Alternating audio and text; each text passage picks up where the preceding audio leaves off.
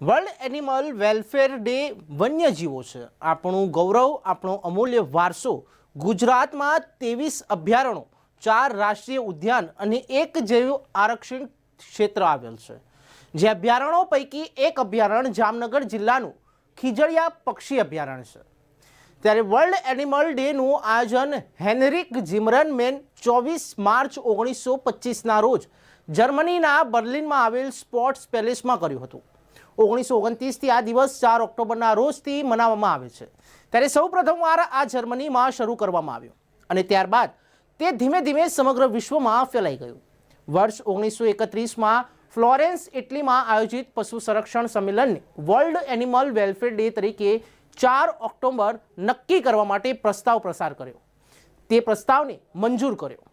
પ્રાણીઓના મહાન આશ્રયદાતા એવા સેન્ટ ફ્રાન્સિસને પ્રાણીઓના મહાન સંરક્ષણ માનવામાં આવતા હોય છે.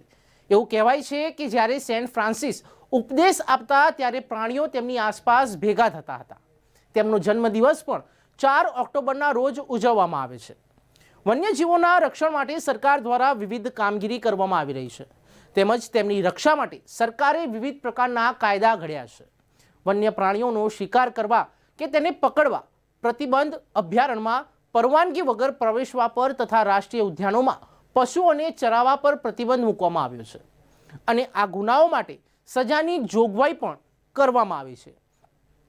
ત્યારે વન્યજીવોની સુરક્ષા માટે દેશમાં અભયારણ્યો, રાષ્ટ્રીય ઉદ્યાનો અને જૈવ આરક્ષિત ક્ષેત્રોની રચના કરવામાં આવી છે. તે પૈકી ગુજરાતમાં 23 અભયારણ્યો, 4 રાષ્ટ્રીય ઉદ્યાન અને 1 જૈવ આરક્ષિત ક્ષેત્ર આવેલ છે. જે અભયારણ્યો પૈકી એક અભયારણ્ય જામનગર જિલ્લાનું ખીજડીયા પક્ષી અભયારણ્ય છે.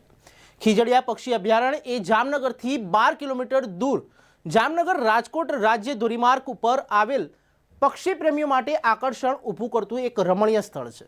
ત્યારે 605 હેક્ટરમાં ફેલાયેલું આ જલપ્લાવિત અભયારણ્ય વર્ષ 2023માં થયેલ પક્ષી ગણતરી મુજબ 300થી પણ વધુ પ્રકારના પક્ષીઓ સહિત 1,25,638 જેટલા પક્ષીઓની સંખ્યા નોંધાયેલી છે. તેમજ 3 ફેબ્રુઆરી 2022ના દિવસે આ અભયારણ્યને રામસર સાઇટનો દરજ્જો પ્રાપ્ત થતાં સમગ્ર ગુજરાતમાં ગૌરવમાં વધારો થયો છે. 27 સપ્ટેમ્બર 2023ના રોજ ભારત સરકારના પ્રવાસન વિભાગ દ્વારા જામનગર જિલ્લાના ખીજડીયા ગામને સિલ્વર કેટેગરી અંતર્ગત બેસ્ટ ટુરિઝમ વિલેજ 2023 એવોર્ડ એનાયત કરાયો છે. ત્યારે ખીજડીયા પક્ષી અભયારણ્ય ગુજરાતનું સૌથી મોટું પક્ષી અભયારણ્ય છે. અહીં યાયાવર પક્ષીઓની જાતિઓમાં ઘણી વિવિધતા જોવા મળે છે. ત્યારે મનુષ્ય તરીકે આપણી પણ ફરજ બને છે કે આપણે સૌએ ભેગા મળીને પશુઓની રક્ષા કરવી જોઈએ. જેમ કે રખડતા પશુઓ, તેમને મુશ્કેલી પડતી હોય તેમના થતા અકસ્માત પર તેમની સારવાર કરી તેને સાજા કરવા. તે ઉપરાંત લોકો થકી ગમે ત્યાં કચરાઓ ફેંકાય છે. તેની સાથે જે પ્લાસ્ટિક બેગ પણ એ કચરામાંથી હોવાથી રખડતા ઢોરે કચરા સાથે આરોગે છે. તેનાથી તેને ઘણું નુકસાન પહોંચે છે.